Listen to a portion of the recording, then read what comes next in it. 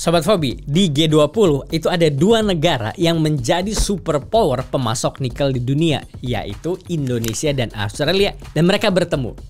Indonesia diwakili Presiden Jokowi dan Australia diwakili Perdana Menteri Albanese. Nah, pas berhadapan dengan Perdana Menteri Australia tersebut, Presiden Jokowi bilang begini Sobat Fobi, kami Indonesia punya nikel dan Australia punya litium. Bawalah litium Australia itu ke Indonesia supaya kita bisa bersama-sama melakukan hilirisasi industri baterai mobil listrik di Indonesia.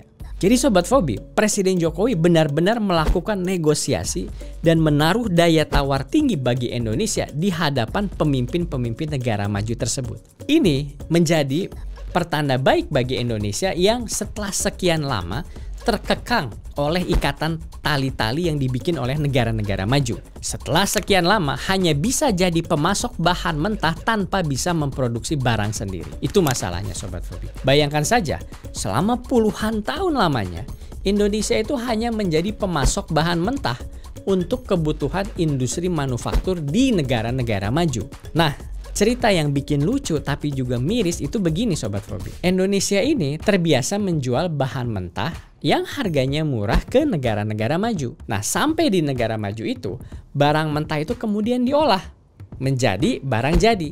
Nah, ketika barang jadi itu dijual kembali ke Indonesia, kita harus membeli barang-barang itu dengan harga yang mahal, berkali-kali lipat jauh lebih mahal. Jadi, kalau kondisi ini dibiarkan terus-menerus, bisa dibayangkan sebesar apapun keuntungan yang kita dapatkan dari ekspor bahan mentah itu, keuntungannya itu tetap akan bocor-bocor istilahnya, karena untuk menambal pengeluaran mengimpor bahan jadi yang mahal-mahal itu. Nah, sebetulnya inilah PR besar kita untuk bisa menjadi negara maju. Karena untuk menjadi negara maju itu kita butuh modal dan sumber daya yang banyak sekali. Dan selama kita hanya mampu menjadi pemasok bahan mentah saja, maka sumber daya alam kita itu lambat laun pasti akan habis. Hanya untuk dipakai oleh negara-negara maju saja. Nah, tentunya kita nggak ingin ini terjadi terus atas kondisi ini dan jadi bertanya-tanya. Jadi bagaimana sih menghentikan lingkaran setan yang menghambat Indonesia menjadi negara maju ini? Nah, disinilah kita harus putar otak dan memikirkan langkah-langkah yang radikal untuk memicu kemajuan Indonesia. Beruntungnya, kita sekarang tidak perlu lagi khawatir kalau kondisi seperti ini terus berlanjut Sobat Fobi, karena Presiden Jokowi sudah memikirkan solusinya secara tepat, yaitu kebijakan hilirisasi industri. Nah, ini akan kita bahas di episode Filosofi Robi kali ini. Apa sih langkah jitu Presiden Jokowi untuk membuat Indonesia menjadi negara maju dengan hilirisasi industri ini? Sobat Fobi, jadi begini. Agar hilirisasi ini berhasil, yang pertama harus dilakukan adalah membangun industri manufaktur menjadi kuat, menjadi mumpuni. Nah, berbagai bahan mentah utama yang sebelumnya jadi tulang punggung perekonomian Indonesia secara perlahan-lahan mulai difokuskan untuk diolah di dalam negeri Indonesia sendiri. Maka hasilnya tinggal menghitung waktu, dalam beberapa tahun kita bisa melihat Indonesia tampil sebagai negara maju. Kuncinya itu.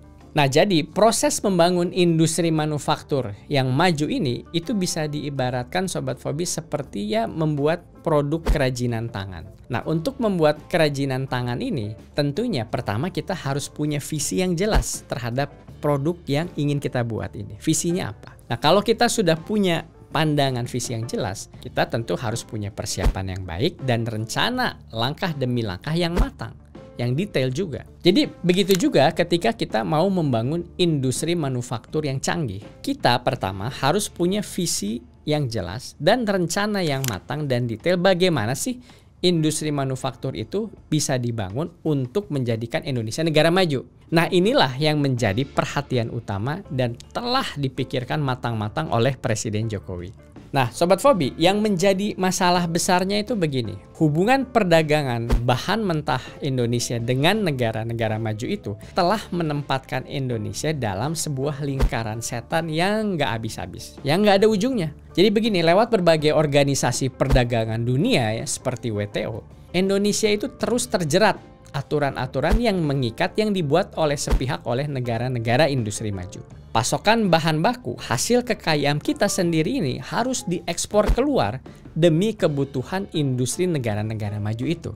Tidak peduli meskipun Indonesia hanya akan selamanya menjadi bahan pemasok bahan mentah terus-terusan. Akibatnya apa? Indonesia itu akan menjadi sangat sulit mengolah kekayaan yang kita miliki sendiri dan memproduksi barang-barang bernilai tinggi dari sana. Industri manufaktur kita pun tidak dapat berkembang menjadi penopang kemajuan di negeri sendiri. Nah Sobat Fobi, kalau kondisi ini dibiarkan terus-menerus, sampai kapanpun Indonesia itu tidak akan pernah menjadi negara maju. Jadi pembangunan industri manufaktur itu menjadi harga mati buat Indonesia kalau mau jadi negara maju. Inilah yang menjadi alasan utama mengapa salah satu fokus utama pemerintahan Presiden Jokowi itu adalah transformasi ekonomi Indonesia dari pemanfaatan sumber daya alam menjadi industri yang memiliki nilai tambah yang tinggi.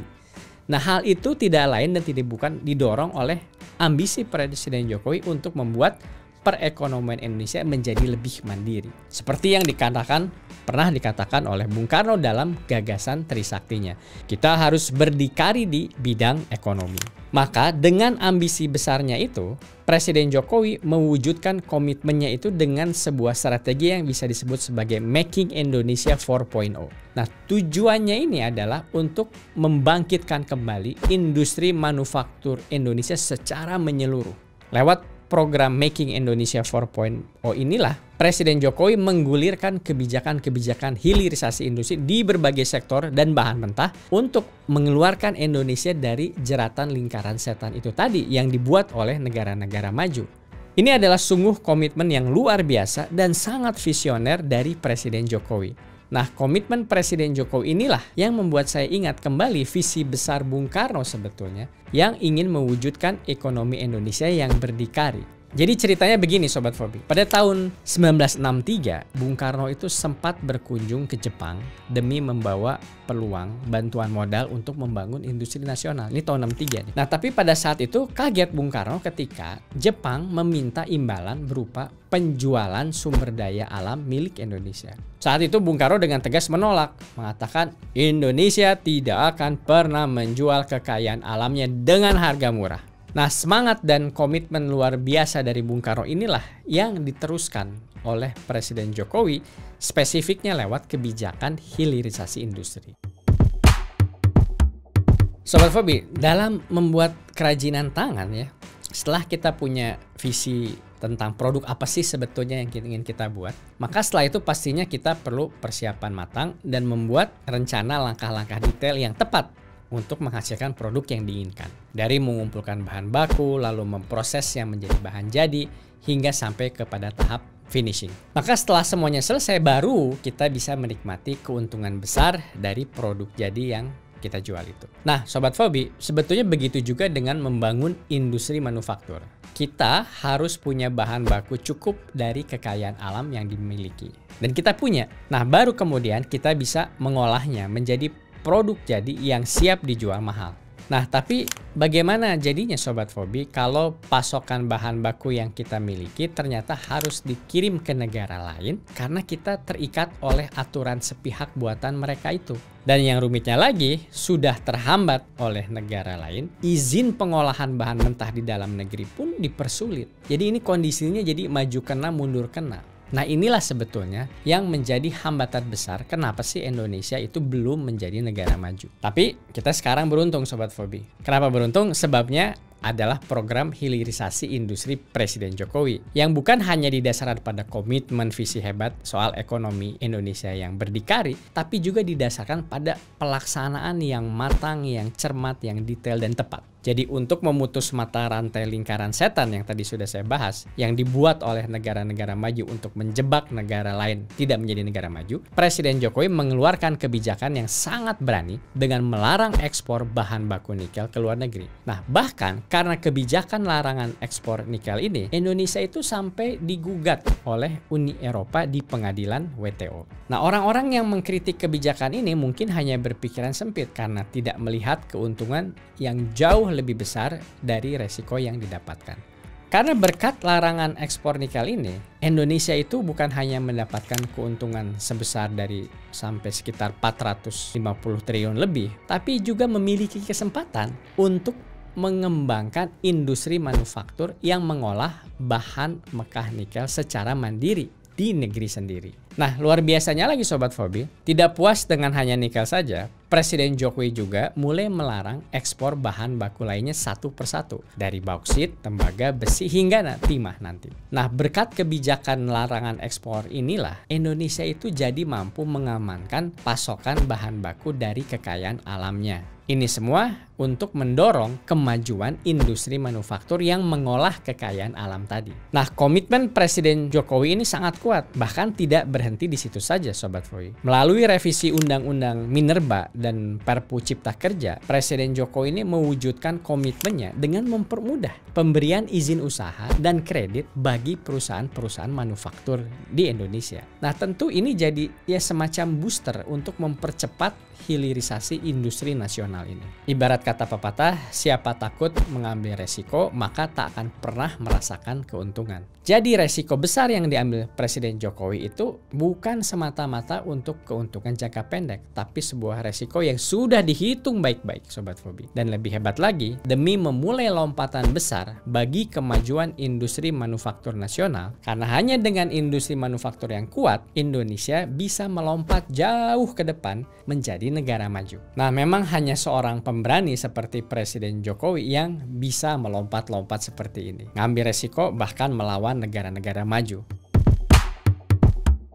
Nah, Sobat Fobi, kita tuh sungguh beruntung loh sekali memiliki pemimpin yang punya visi hebat tapi juga jago dalam eksekusi. Dan selain itu berani mengambil resiko besar ya untuk demi Indonesia menjadi negara maju pada tahun 2045. Di tengah berbagai hambatan yang menghalangi usaha kita untuk menjadi negara maju ini, Presiden Jokowi mengambil langkah yang tepat, yaitu hilirisasi industri. Tujuannya adalah membangun industri manufaktur nasional yang kuat. Ini adalah sebuah lompatan besar yang akan membawa Indonesia menjadi negara maju nanti di tahun 2045. Nah, Sobat Fobi, ibarat produk kerajinan tangan yang sudah selesai dibuat, maka jadilah produk yang indah dan berkualitas, nah yang mampu mendatangkan keuntungan besar bagi pemiliknya. Maka sebesar apapun resiko yang kita ambil ya untuk mewujudkan industri manufaktur yang kuat, tentu resiko yang terhitung bukan asal nekat, itu akan berbanding lurus dengan keuntungan besar yang akan kita nikmati di masa depan. Ini sebuah cita-cita yang indah Sobat Fobi. Bila berbagai produk yang kita nikmati di dalam negeri dan bahkan di bagian negara nanti tertulis di mana-mana Made in Indonesia, maka tentu akan ada banyak keuntungan besar yang didapatkan oleh kita, rakyat Indonesia. Dari hitungan kasarnya saja nih ya, bila hilirisasi komoditas migas ini bisa kita lakukan terus, kita kawal terus, maka Indonesia itu diproyeksikan akan mendapatkan keuntungan tambahan lebih dari 700 miliar dolar Amerika Serikat. Bukan cuma itu, dengan kuatnya industri manufaktur nasional, maka kita punya potensi besar menciptakan lapangan kerja lebih dari 8 juta lapangan kerja. Itu baru gambaran kasar untuk beberapa tahun ini saja Sobat Fobi. Tapi nanti pada tahun 2045 nanti, tepat 100 tahun Indonesia merdeka, GDP Indonesia bisa melesat sampai ke 9 sampai ke 11 triliun dolar. Nah, dengan begitu, program hilirisasi industri yang diterapkan oleh Presiden Jokowi ini jelas merupakan langkah berani dan tepat, dan mungkin untuk sekarang menjadi satu-satunya harapan kita untuk membuat Indonesia menjadi negara maju di tahun 2045. Maka itu sudah menjadi tugas kita semua Sobat Fobi untuk mengawal keberhasilan pembangunan industri nasional ini untuk kemajuan kita bersama. Maka kemudian pilihannya ada di tangan kita. Mau menjadi penggerak sejarah yang selalu optimis dan ikut bekerja keras bahu-membahu mendukung Indonesia menjadi negara maju, atau sebaliknya mau diam pasif bahkan sinis yang akan menjadi korban sejarah. Pilih yang mana? Sekian episode Fobi kali ini. Terus optimis sambil tetap rasional. Terima kasih.